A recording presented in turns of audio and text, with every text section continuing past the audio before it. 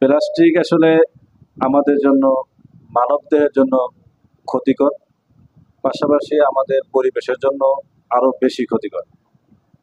আমরা প্লাস্টিক ব্যবহারে এমন পর্যায়ে আমরা গেছি, আমরা আমাদের একবারে রক্তের সাথে আমাদের মিশে গেছে।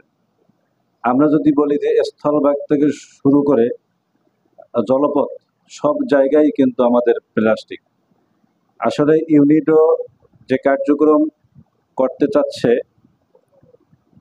আমার সাথে বেশ কিছুদিন আগে তারা কথা বলেছেন এবং তারা চাচ্ছে যে আমাদের এই অঞ্চলে কিছু ক্যাম্পেইন করবে, যাতে করে মানুষ সচেতন হয়।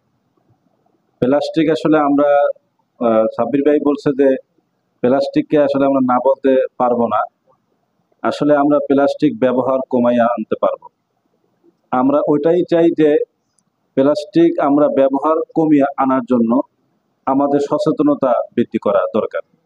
সেক্ষেত্রে আমাদের আজকের যে প্রোগ্রামটা, এখানে উপস্থিত আছেন আমাদের এখানে যারা এনজিও প্রতিনিধি আছেন, যারা অনেকেই এই ক্লাইমেট চেঞ্জ নিয়ে কাজ করেন, প্লাস্টিক নিয়ে তারা সবসময় আন্দোলন করেন। আছে আমাদের এখানে স্বেচ্ছাসেবী অনেক সংগঠন যারা মানবিক কাজ করেন এবং সামাজিক বিভিন্ন আন্দোলনে আমাদের সাথে একাত্মতা পোষণ করে আন্দোলন করে।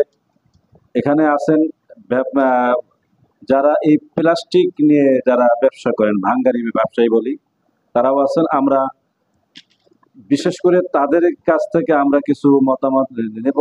আর এখানে যারা উপস্থিত হয়েছেন, আমার ব্যক্তিগত তরফ থেকে সবকে ধন্যবাদ এবং শুভেচ্ছা, মোবারকবাদ।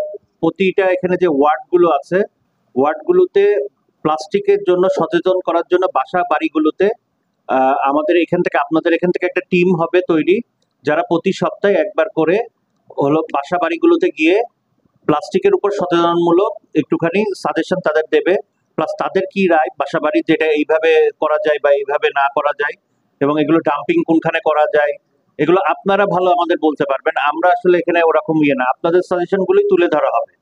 তো ওই রকম ভাবে ক্যাম্পেইনটা আসলে ওই রকমই, যে 15 থেকে 20 জনের একটা টিম, যে ওয়ার্ডগুলোতে গিয়ে গিয়ে তারা হচ্ছে এবং এখানে যারা মাঝিরা আছেন, মানে যারা হচ্ছে ইয়ে করতে যায়, নৌকা নিয়ে সমুদ্রের মানে মাছ ধরতে যাচ্ছে, তাদের ওখানে গিয়ে সচেতন করা। এরকম 2 মাস ব্যাপী আমাদের একটা ক্যাম্পেইন চলবে, প্রতি সপ্তাহে একবার করে।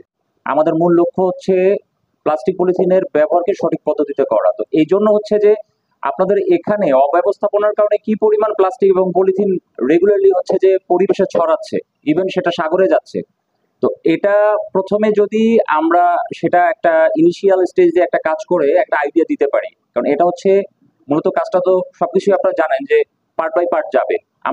আমরা হচ্ছে যে বরগুনা অফিস থেকে এই পুরো বিষয়টাই হচ্ছে যে আমাদের সচিবালয়ে এর আগে আলোচনা হয়েছে, বাট আমাদেরকে একটা ডকুমেন্টেশন দেখাতে হয় যে এখানে এই পরিমাণ ওয়েস্টেজ হচ্ছে, পরিবেশে এখান থেকে এই পরিমাণ হচ্ছে যে ছড়াচ্ছে। সেটা হতে পারে ল্যান্ডে, হতে পারে হচ্ছে যে সি পোর্টে, যেখানে ইচ্ছে সেখানে এরা যত্রতত্র ভাবে ব্যবহার করতেছে। তো সেটা আসলে কতটা হুমকি তৈরি করতেছে।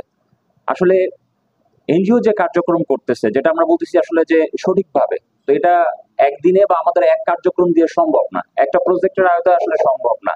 তো আমাদের উদ্দেশ্য হচ্ছে এই যে আমরা একটা ক্যাম্পেইনের কথা বলতেছি, ক্যাম্পেইনে আমি একটু পরে আসি।